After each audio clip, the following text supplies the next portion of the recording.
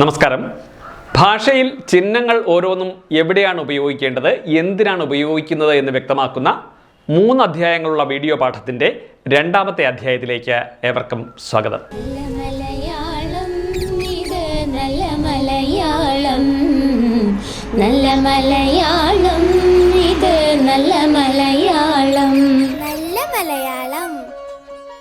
ഇതിൻ്റെ 1ാം അധ്യായത്തിൽ പൂർണ്ണവിരാമം, അർദ്ധവിരാമം, അപൂർണവിരാമം, അല്പവിരാമം എന്നിവയെക്കുറിച്ച് വിശദമായി പ്രതിപാദിച്ചിട്ടുണ്ട്. ഇവയെക്കുറിച്ചറിയാൻ ചിഹ്നനത്തിൻ്റെ 1ാം ഭാഗം കാണുക. നമുക്ക് മറ്റു ചിഹ്നങ്ങൾ പരിശോധിക്കാം. ചിഹ്നനത്തിൻ്റെ ഈ 2ാം അധ്യായത്തിൽ ഇട, അതായത് അകലം, സ്പേസ് എന്നതിനെക്കുറിച്ചാണ് ആദ്യം പറയുന്നത്. ഒരക്ഷരം എഴുതാനുള്ള സ്ഥലത്തിന് തുല്യമായ സ്ഥലമാണ് ഒരു ഇട, അതായത് അകലം. വാക്യത്തിൽ പദങ്ങൾക്കിടയിൽ, അതായത് വാക്കുകൾക്കിടയിൽ ഒരക്ഷരത്തിൻ്റെ ഇട, അതായത് അകലം നൽകണം. പദങ്ങൾക്കിടയിൽ അകലം നൽകുമ്പോൾ ശ്രദ്ധിച്ചില്ലെങ്കിൽ വാക്യത്തിൻ്റെ അർത്ഥം തന്നെ മാറിപ്പോകുന്ന സന്ദർഭങ്ങളുണ്ട്. ആ ശ്രമം ഉപേക്ഷിച്ചു. ഈ വാക്യത്തിൽ ആ, ശ്രമം എന്നീ വാക്കുകൾക്കിടയിലെ അകലം ഒഴിവാക്കിയാൽ ആശ്രമം എന്നായി പോകും. ആശ്രമം ഉപേക്ഷിച്ചു. വാക്യത്തിൻ്റെ അർത്ഥം തന്നെ മാറിപ്പോകുന്നു. ആന മല കയറി എന്നത് ഇട ഒഴിവാക്കിയാൽ ആനമല കയറി എന്നാകും. 2 വാക്യത്തിനും 2 അർത്ഥമാകും. അമ്മച്ചി പ്ലാവിൽ കയറി ഒളിച്ചു എന്നത് അമ്മച്ചി പ്ലാവിൽ കയറി ഒളിച്ചു എന്നാകുമ്പോൾ ഇടയില്ലെങ്കിൽ അർത്ഥം മാറിപ്പോകും. എലി വിഷം തിന്നാൽ കോഴി ചാകുമോ? എലി വിഷം തിന്നാൽ കോഴി ചാകുമോ? ഇവിടെയും ഇടയാണ്, അതായത് വാക്കുകൾക്കിടയിലെ അകലമാണ്, അതായത് പദങ്ങൾക്കിടയിലെ സ്പേസാണ് വാക്യത്തിൻ്റെ അർത്ഥം നിശ്ചയിക്കുന്നത്. പറയുമ്പോഴുള്ള ഊന്നലിനനുസരിച്ച് വേണം എഴുതുമ്പോൾ വാക്കുകൾക്കിടയിൽ അകലം പാലിക്കാൻ. വാക്യത്തിൽ ചിഹ്നങ്ങളിടുമ്പോൾ ചിഹ്നങ്ങൾക്ക് മുൻപ് സ്ഥലം വിടാതിരിക്കുകയും ചിഹ്നങ്ങൾക്ക് ശേഷം സ്ഥലം, അതായത് വാക്കുകൾക്കിടയിലുള്ള അകലം വിടുകയും ചെയ്യുക എന്നതാണ് ഒരു പൊതു നിയമം. കുട്ടികളെ, നിങ്ങൾ വളരെ ശ്രദ്ധയോടെ ഈ അധ്യായം മനസ്സിലാക്കണം. തെറ്റും ശരിയും തിരിച്ചറിയണം. ഇവിടെ കുട്ടികളെ എന്നത് കഴിഞ്ഞ് അല്പവിരാമമുണ്ട്. അത് കഴിഞ്ഞ് വേണം ഇട നൽകേണ്ടത്. അതുപോലെ ആദ്യ വാക്യം അവസാനിക്കുമ്പോഴുള്ള പൂർണ്ണവിരാമത്തിന് ശേഷവും ഇട നൽകണം. ഇവിടെ ആദ്യ വാക്യത്തിൻ്റെ ഒടുവിൽ ബിന്ദു, അതായത് പൂർണ്ണവിരാമം നൽകുന്നതിന് മുൻപ് ഇടം വിട്ടിരിക്കുന്നു. അത് പാടില്ല. എപ്പോഴും ചിഹ്നം കൊടുത്തതിന് ശേഷം വേണം ഇട, അതായത് അകലം പാലിക്കേണ്ടത്. ഇങ്ങനെ ഇടവിടുന്നത്, അതായത് സ്പേസിംഗ് എന്നത് അതീവ ഗൗരവമുള്ള ഒരു ചിഹ്നന സമ്പ്രദായമാണ് എന്ന് നമ്മൾ തിരിച്ചറിയണം. ചോദ്യചിഹ്നം കാഗു, ഇംഗ്ലീഷിൽ ക്വസ്റ്റ്യൻ മാർക്ക് എന്ന് പറയുന്നു. ചായ വേണോ? ആരാണ്? ഇങ്ങനെയുള്ള ചോദ്യരൂപത്തിനൊടുവിൽ ചോദ്യചിഹ്നം ഉപയോഗിക്കണം. പറയുന്ന കാര്യത്തിലെ നിജസ്ഥിതിയിൽ സംശയമുണ്ട് എങ്കിൽ വലയത്തിനുള്ളിൽ, അതായത് ബ്രാക്കറ്റിനുള്ളിൽ ചോദ്യചിഹ്നം, അതായത് ക്വസ്റ്റ്യൻ മാർക്ക് ഇടുന്നത് കൊണ്ട് സാധിക്കും. രാമചരിതം 13ാം ശതകത്തിൽ എഴുതപ്പെട്ടു. 13ാം ശതകത്തിലാണോ എഴുതപ്പെട്ടത് എന്ന സംശയം ദ്യോതിപ്പിക്കാൻ ഇവിടെ ചോദ്യചിഹ്നം ഉപകരിക്കുന്നു. വാക്യത്തിൻ്റെ ഘടന ചോദ്യരൂപത്തിലല്ലെങ്കിലും അർത്ഥം കൊണ്ട് ചോദ്യമാണെങ്കിൽ ചോദ്യചിഹ്നം ഉപയോഗിക്കണം. അമ്മ നേരത്തെ എത്തി, അമ്മ നേരത്തെ എത്തിയോ എന്ന് സൂചന. എന്നാൽ ഔപചാരികമായ ചോദ്യവാക്യ രൂപങ്ങൾക്ക് ശേഷം ചോദ്യചിഹ്നം ആവശ്യമില്ല. അമ്മ അച്ഛനോട് പറഞ്ഞോ എന്ന ചോദ്യം അമ്മ അച്ഛനോട് പറഞ്ഞോ എന്നാണ് എനിക്ക് അറിയേണ്ടത് എന്ന രൂപത്തിലാകുമ്പോൾ ചോദ്യചിഹ്നം ചേർക്കരുത്. ഞാൻ ഈ എഴുത്ത് അവസാനിപ്പിക്കട്ടെയോ? ഇതും ഔപചാരികമായ ഒരു ചോദ്യവാക്യ രൂപമാണ്. ഇതിനു ശേഷവും ചോദ്യചിഹ്നം ആവശ്യമില്ല. എന്നാൽ ഞാൻ ഈ എഴുത്ത് അവസാനിപ്പിക്കട്ടോ എന്ന് നേരിട്ടുള്ള ചോദ്യരൂപത്തിന് ചോദ്യചിഹ്നം വേണം. സ്തോഭചിഹ്നം, അതായത് വിക്ഷേപിണി, ആശ്ചര്യചിഹ്നം, ഇംഗ്ലീഷിൽ എക്സ്ക്ലമേഷൻ മാർക്ക്, അത്ഭുതം, സങ്കടം, സന്തോഷം, പരിഹാസം, വെറുപ്പ് ഇങ്ങനെയുള്ള സ്തോഭങ്ങൾ, അതായത് വികാരങ്ങൾ ദ്യോതിപ്പിക്കാൻ സ്തോഭചിഹ്നം, അതായത് എക്സ്ക്ലമേഷൻ മാർക്ക് ഉപയോഗിക്കുന്നു. എത്ര മനോഹരം എന്ന് പറയുമ്പോൾ അതിൽ വിരിയുന്ന അത്ഭുതം നമുക്ക് കാണാനാകും. കഷ്ടം. ഇവിടെ സങ്കടം വ്യക്തമാകുന്നുണ്ട്. ചില അവസരങ്ങളിൽ സന്തോഷം വ്യക്തമാക്കാനും സ്തോഭചിഹ്നം, അതായത് എക്സ്ക്ലമേഷൻ മാർക്ക് ഉപയോഗിക്കുന്നുണ്ട്. എൻ്റെ അച്ഛ, ഏതായാലും ഇത്തവണ ഞാൻ തന്നെ ജയിച്ചു. ഇവിടെ ഈ ചിഹ്നത്തിൻ്റെ പ്രസക്തി ഏറെയാണ്. പരിഹാസം വ്യക്തമാക്കാനും ഈ ചിഹ്നം ഉപകരിക്കും. ഈ മാളുവിൻ്റെ ഒരു ബെഡായി. വെറുപ്പ് പ്രകടിപ്പിക്കാനും ഈ ചിഹ്നം ഉപകരിക്കുന്നു.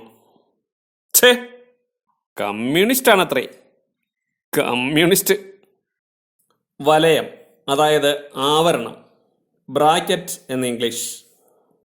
വാക്യത്തിനുള്ളിലോ വാക്യത്തിനു പുറത്തോ സമാനപദം, വിശദീകരണം, നിർദ്ദേശം, ഒരു പ്രത്യേക കാര്യം തുടങ്ങിയവ ഉൾപ്പെടുത്തുമ്പോൾ വലയം അല്ലെങ്കിൽ ബ്രാക്കറ്റ് ഉപയോഗിക്കണം.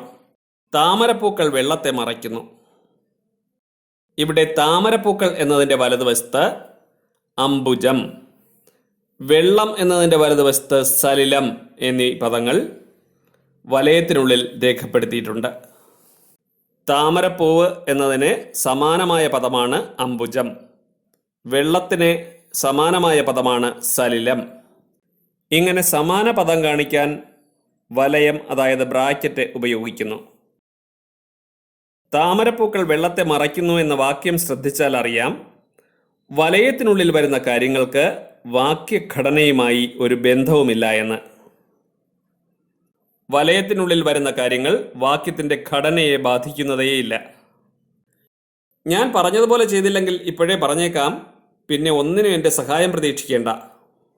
ഇവിടെയും വലയത്തിനുള്ളിൽ വരുന്ന കാര്യം വായിച്ചില്ലെങ്കിലും വാക്യത്തിൻ്റെ ഘടനയ്ക്ക് ഒരു കുഴപ്പവുമില്ല.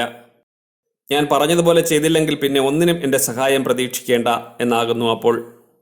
ഇവിടെ വലയത്തിന് പകരം അല്പവിരാമമോ, അതായത് കോമയോ, നെടുവരയോ, അതായത് ഡാഷോ ഉപയോഗിച്ചാലും ഇതേ ആശയം തന്നെ കിട്ടും.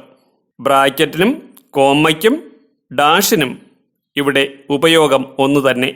നമുക്ക് അടുത്തൊരു വാക്യം നോക്കാം. ഈ ഫോട്ടോയിൽ കാണുന്ന അഞ്ജുവിനെ കുന്നിൽ വീട്, കരിമ്പനം, കൊല്ലം കഴിഞ്ഞ ദിവസം മുതൽ കാണുവാനില്ല. ഈ വാക്യത്തിൽ അഞ്ജുവിൻ്റെ വിശദീകരണമാണ് വലയത്തിനുള്ളിൽ കൊടുത്തിരിക്കുന്നത്. ഇങ്ങനെ വാക്യത്തിൽ ഒരു വിശദീകരണം നൽകാനും വലയം അല്ലെങ്കിൽ ബ്രാക്കറ്റ് ഉപയോഗപ്പെടുന്നു. നിർദ്ദേശം നൽകാൻ വേണ്ടി വലയം ഉപയോഗിക്കുന്ന സന്ദർഭങ്ങളുമുണ്ട്. ഗോപിക താഴ്ന്ന സ്വരത്തിൽ, ഒച്ചയുണ്ടാക്കല്ലേ. ഇവിടെ ഒച്ചയുണ്ടാക്കല്ലേ എന്ന സംഭാഷണ ഭാഗം എങ്ങനെ പറയണമെന്ന നിർദ്ദേശമാണ് വലയത്തിനുള്ളിൽ കൊടുത്തിരിക്കുന്നത്. കർത്താവ്, കൃതി, കാലം തുടങ്ങിയവ സൂചിപ്പിക്കാനും വലയം അല്ലെങ്കിൽ ബ്രാക്കറ്റ് ഉപയോഗിക്കുന്നു. എൻ്റെ ജീവിതമാണ് എൻ്റെ സന്ദേശം, ഗാന്ധിജി. ഇവിടെ ആ വാക്യം ആരുടേതാണ്, കർത്താവ് ആരാണ് എന്ന് സൂചിപ്പിക്കാനാണ് വലയം ഉപയോഗിച്ചിരിക്കുന്നത്. അങ്കണത്തൈമാവിൽ നിന്നാദ്യത്തെ പഴം വീഴുകേ, അമ്മ തൻ നേത്രത്തിൽ നിന്നുതിർന്നു ചുടുകണ്ണീർ. മാമ്പഴം. ഇവിടെ വലയത്തിനുള്ളിൽ ഈ വരികളടങ്ങിയ കൃതി ഏതാണെന്ന് കാണിച്ചിരിക്കുന്നു. പ്രാചീന കവിത്രയം. ചെറുശ്ശേരി 15-ാം നൂറ്റാണ്ട്, എഴുത്തച്ഛൻ 16-ാം നൂറ്റാണ്ട്, കുഞ്ചൻ നമ്പ്യാർ 18-ാം നൂറ്റാണ്ട്. ഇവിടെ വലയം കൊണ്ട് കാലമാണ് സൂചിപ്പിച്ചിരിക്കുന്നത്. വലയത്തിനുള്ളിലെ ചോദ്യചിഹ്നം സംശയത്തെ ദ്യോതിപ്പിക്കുന്നു. രാമചരിതം 13-ാം ശതകത്തിൽ എഴുതപ്പെട്ടു. ഇവിടെ വലയത്തിനുള്ളിലെ ചോദ്യചിഹ്നം ഈ കൃതി എഴുതപ്പെട്ടത് 13-ാം ശതകത്തിലാണോ എന്ന സംശയമാണ് കാണിച്ചു തരുന്നത്. കസേര, കസാല എന്നുകൂടി പറയാൻ, ആ രൂപഭേദം സൂചിപ്പിക്കാൻ വലയം അതായത് ബ്രാക്കറ്റ് ഉപയോഗിക്കാം. വലയത്തിനുള്ളിൽ വലയം, അത് ഒന്നോ അതിലധികമോ ഉപയോഗിക്കേണ്ട സന്ദർഭം വരാം. അപ്പോൾ ചതുരവലയം അതായത് സ്ക്വയർ ബ്രാക്കറ്റ് അല്ലെങ്കിൽ കോഷ്ഠം ആകണം പുറത്തു വരേണ്ടത്. വിജ്ഞാന സാഹിത്യത്തിലോ മറ്റോ മൂന്നാമതൊരു വലയം വേണ്ടി വന്നാൽ അത് ധനുകോഷ്ഠം അതായത് ദ്വിവലയം ഡബിൾ ബ്രാക്കറ്റ് ആകുന്നത് നന്ന്. ഈ വലയങ്ങളുടെ ക്രമം ഇതാണ്. ഒന്നിൽ കൂടുതൽ വലയങ്ങൾ ഉപയോഗിക്കേണ്ടി വരുമ്പോൾ ഉള്ളിൽ വരുന്നത് വലയം അതായത് ബ്രാക്കറ്റ് ആണ്.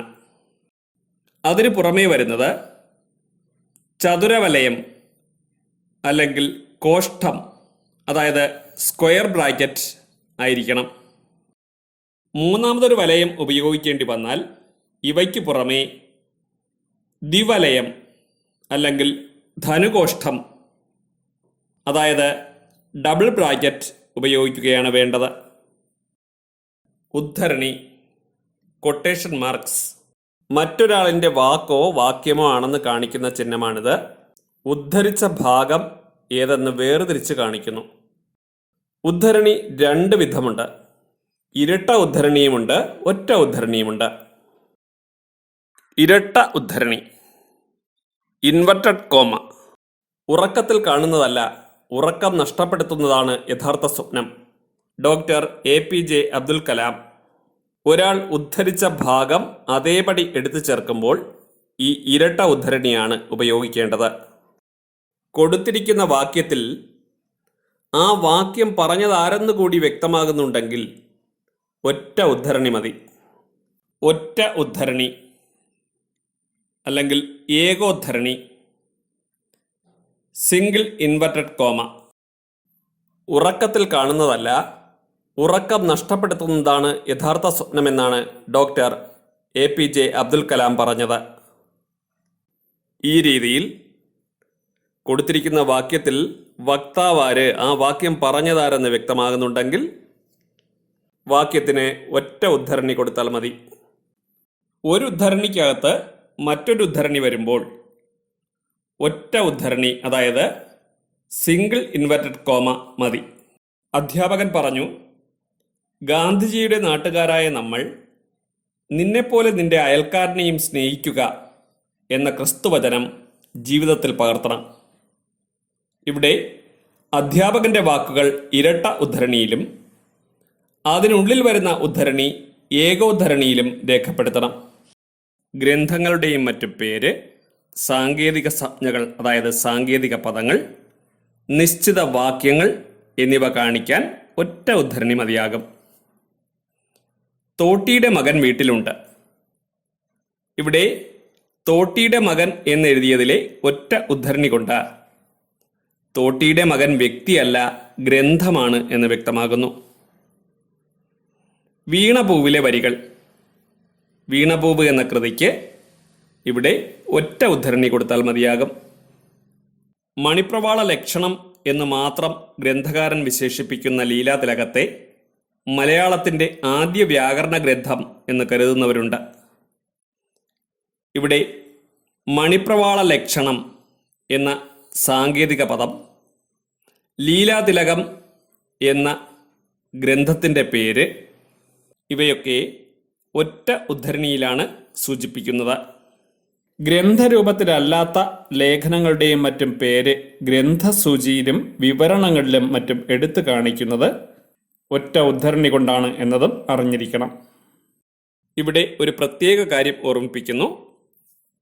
പൂർണ്ണവിരാമം, ചോദ്യചിഹ്നം, സ്തോഭചിഹ്നം, പൂരണചിഹ്നം എന്നിവയിൽ ഒരെണ്ണം യഥോചിതം ചേർത്തതിന് ശേഷമേ, ഉചിതമായിട്ട് ചേരേണ്ടതുപോലെ ചേർത്തതിന് ശേഷമേ ഉദ്ധരണിയും വലയവും അതത് ചിഹ്നം കൊണ്ട് പൂർത്തിയാക്കാവൂ. അതായത് ഉദ്ധരണി ഒടുവിൽ ഇടുന്നതിന് മുൻപ് പൂർണ്ണവിരാമം, ചോദ്യചിഹ്നം, സ്തോഭചിഹ്നം, പൂർണ്ണചിഹ്നം എന്നിവയിൽ ഏതെങ്കിലും ഒന്ന് അനുയോജ്യമായി ചേർത്തിരിക്കണം. ഇതുപോലെ തന്നെയാണ് വലയം, അതായത് ബ്രാക്കറ്റ് ഒടുവിൽ ഇടുമ്പോഴും. ബ്രാക്കറ്റ് ഇടുന്നതിന് മുമ്പ് ഇവയിൽ ഏതെങ്കിലും അനുയോജ്യമായ ചിഹ്നം ആവശ്യമെങ്കിൽ ചേർത്തിരിക്കണം. ഇട, അതായത് സ്പേസ്, ചോദ്യചിഹ്നം, അതായത് ക്വസ്റ്റ്യൻ മാർക്ക്, സ്തോഭചിഹ്നം, അതായത് എക്സ്ക്ലമേഷൻ മാർക്ക്, വലയം, അതായത് ബ്രാക്കറ്റ്, ഇരട്ട ഉദ്ധരണി, അതായത് ഇൻവെർട്ടഡ് കോമ, ഒറ്റ ഉദ്ധരണി, അതായത് സിംഗിൾ ഇൻവെർട്ടഡ് കോമ എന്നിവയെക്കുറിച്ചാണ് ഇവിടെ വിശദമായി പറഞ്ഞത്. ഭാഷയിലെ ഇവിടെ പറഞ്ഞ ചിഹ്നങ്ങളുടെ പ്രയോഗ രീതി നിങ്ങൾക്ക് മനസ്സിലായി എന്ന് വിശ്വസിക്കുന്നു. കഴിഞ്ഞ അധ്യായത്തിലും ഈ അധ്യായത്തിലും പറയാത്ത ചിഹ്നങ്ങളെക്കുറിച്ച് അടുത്ത അധ്യായത്തിൽ വിശദമായി പ്രതിപാദിക്കുന്നുണ്ട്. ആ അധ്യായം കൂടി എല്ലാവരും കാണണം. ഇതിൽ പറഞ്ഞ കാര്യങ്ങൾ നിങ്ങൾക്ക് മനസ്സിലായി കഴിഞ്ഞുവെങ്കിൽ ഈ വീഡിയോ ലൈക്ക് ചെയ്യാൻ മറന്നു പോകരുത്. ഇത് പരമാവധി ആൾക്കാരിലേക്ക് ഷെയർ ചെയ്യണം. ഈ ചാനൽ സബ്സ്ക്രൈബ് ചെയ്യാത്തവർ ആരെങ്കിലും ഉണ്ട് എങ്കിൽ സബ്സ്ക്രൈബ് ചെയ്യാൻ മറന്നു പോകരുത്. ഈ വീഡിയോയെക്കുറിച്ചുള്ള നിങ്ങളുടെ വിലയേറിയ അഭിപ്രായങ്ങളും നിർദ്ദേശങ്ങളും ഒക്കെ കമൻറ്റ് ബോക്സിൽ രേഖപ്പെടുത്തുക. ഭാഷാപരമായ സംശയങ്ങളും അവിടെ കുറിക്കുക. എല്ലാവർക്കും നല്ല ദിനങ്ങൾ നേരുന്നു.